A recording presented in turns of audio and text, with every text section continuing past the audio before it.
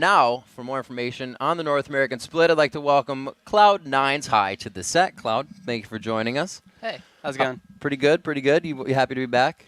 Yeah, I'm ready to go. I'm ready to play. First up, before we get started, I want to know how a North American top League of Legends player spends this holiday. Well, for Thanksgiving, I went home and spent time with my family and my girlfriend, but then I came back for after Christmas. Yeah, after Christmas. And I played a lot of solo queue. I got kicked out of like the top 10 in Challenger during Worlds, and that kind of upset me. And I got kicked out again for being inactive again. So I've been trying to climb back up there, even though it's the preseason. I'm like halfway there. I'm like 500 points in. So I've just been spamming solo queue to try to get back there. Yeah, and you're actually the only North American team to not make a roster swap or change. Why did you guys decide to stay pat, and how do you feel you guys are going to be going in with it? Well, when a team goes 25-3, for the most part, you normally don't want to do a roster change because you did pretty well, and we all like each other anyway, so we didn't see a reason to change rosters. We did well, we like each other, and what is there to change right now? If we go like 0-28 this split, then maybe I could see us doing something, because that'd kind of suck, but we did pretty well, and we're hoping to keep that up. So obviously keeping the winning focus going on, what do you guys focus on over the holiday, being 25-3 out of the splits? How do you get better? Well, you just forget about how you did last split. That doesn't matter anymore. That's part of the past. Whatever we did was then. And we have to look towards this split. We wanted to play a lot of solo queue, work on mechanics, learn the new champions because of the new patch, and just make sure our game is at the top level. So we're trying our best to become good again, or like become the best. I don't know. Yeah, and a lot of the things you were saying last year when you kind of exploded on the North American scene was a lot of the copying of the Korean scene and maybe just, oh yeah, we're just watching a lot of OGN, but that's changed a little bit, hasn't it? Yeah. How you're preparing.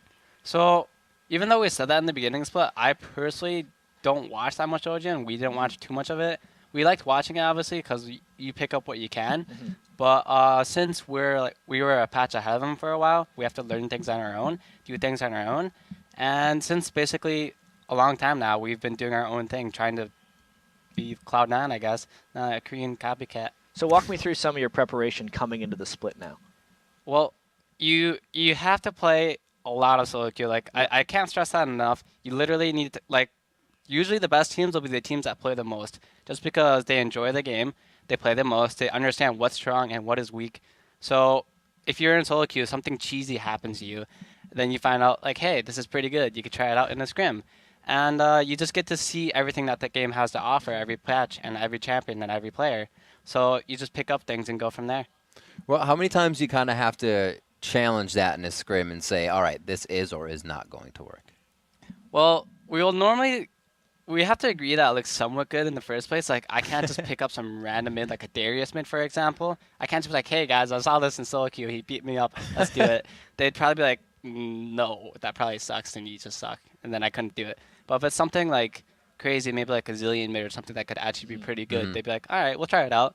As long as it makes sense on paper, then we can probably put it into practice. But yeah. Talking about making sense on paper, you guys have recently added a new analyst. How's that working out for you? Right. So we got a new analyst, Charlie, actually. He is actually really good. He's the analyst for the European Cloud9 team as well that we just picked up recently.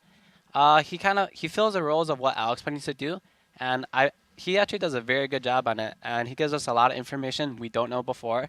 Like, I was playing a few champions, I'm just learning them, and he tells me like these cool little tips about them that I didn't know beforehand. I'm just like, oh, that's actually pretty useful, and like he gives a lot of good information. So. Awesome.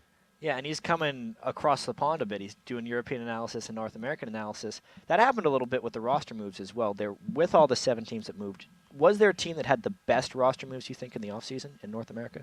I think the team that got the strongest so far from a roster change was probably Team Solo Mid. Bjergsen coming over from Europe into the addition of TSM.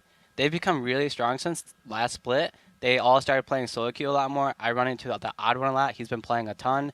Xpecial stopped playing Guild Wars 2 and started playing a lot again. And they're just like all spamming solo queue, and so is Bjergsen. And it's just becoming a so much better team just because they're putting effort into it now. And they're just trying to become the best again. And you've actually been up against Bjergsen quite a lot. Do you want to talk about that experience? Right, so when I first came back from my trip in Vietnam, which was when he just came over to America, I actually had to play versus him a lot, and I was getting dumpstered because I didn't play in a long time, and like it was like on Reddit, and I was getting like killed a lot, so that kind of sucked.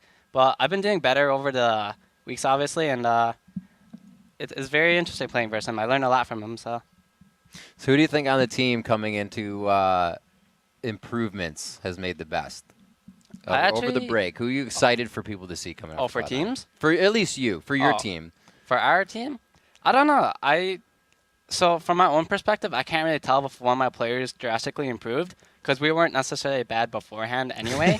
So it's like I can't see us going from like bottom to the top because it's hard for me. But like for other teams, for example, I think people are underestimating like say Team Coast.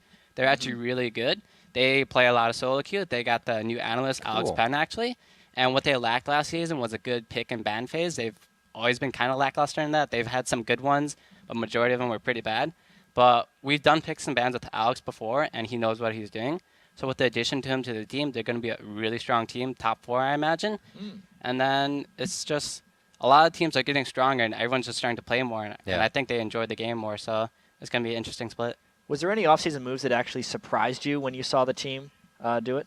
Yeah, so for Dignitas, actually, I was kind of surprised they got Cruiser the Bruiser for top, and they sent Kiwi Kid to support. I've always thought Kiwi Kid was a pretty good top laner personally, and no offense, but I don't think Cruiser is a giant improvement from what Kiwi Kid did top anyway. Interesting. I think Dignitas had different issues rather than their players.